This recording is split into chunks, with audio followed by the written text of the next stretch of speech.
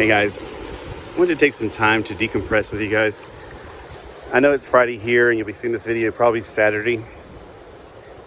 I try to do things ahead of time so that there won't be a dip in what happens. So if you've seen videos from me for the past few days, it's because I put them on a long time ago. The point I want to talk to you about is about Charlie Kirk's assassination. And, there's a lot to be said for that. It is sad that we lost a truly brilliant person who had so much information in his head that he can recite it on the spot while debating people, and they had no 2 feet to stand on. And I admire that. I always thought that was a very good thing. And it doesn't make me sad that he's dead. I mean, it makes me sad for his wife and kids. But then again, I also believe that people say they'll grow up without their father.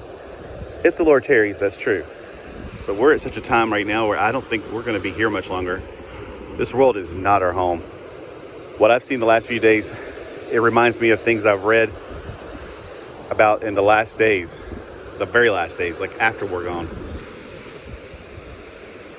What I saw after his assassination was more brutal and more disgusting. But then again, it was a wake-up call to me, because honestly, I'm trying to wake people up, and by waking them up, trying to wake them up, I get weary and I just want to give up myself, because like, what's the point? Nobody's going to wake up. They don't care. They don't believe we're in the end times.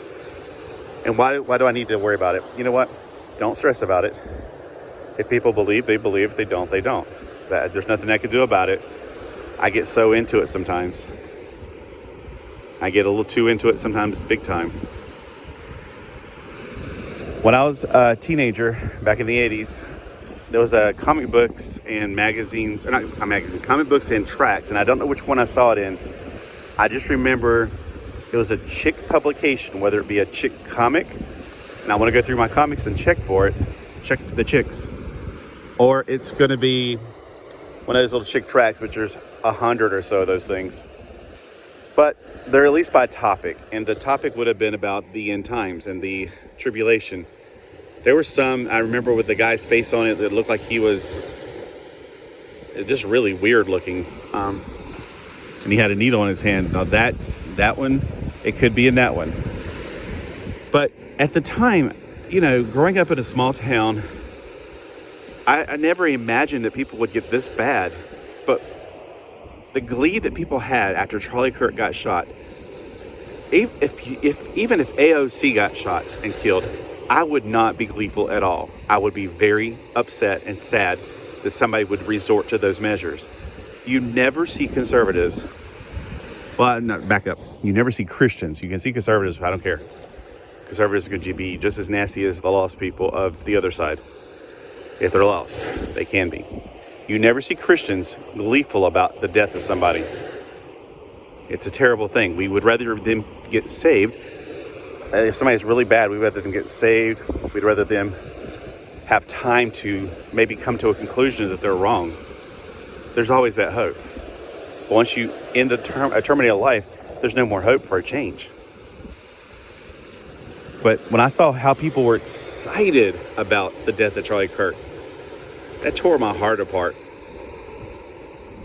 And I know that that's the way the world's going to get. Now, back to the chick thing. I remember reading this one where the few pages dealt with the fact that they captured another Christian, because there will be Christians after the rapture. They weren't Christians before the rapture, but they will get saved by the kingdom gospel preached by the 144,000. We're not going to be here. I'm not going to be here, but there will be Christians here. Hey, what's up? Sorry, my neighbor just came over. So I will talk about this later in another half of this, I guess, because my neighbor's here.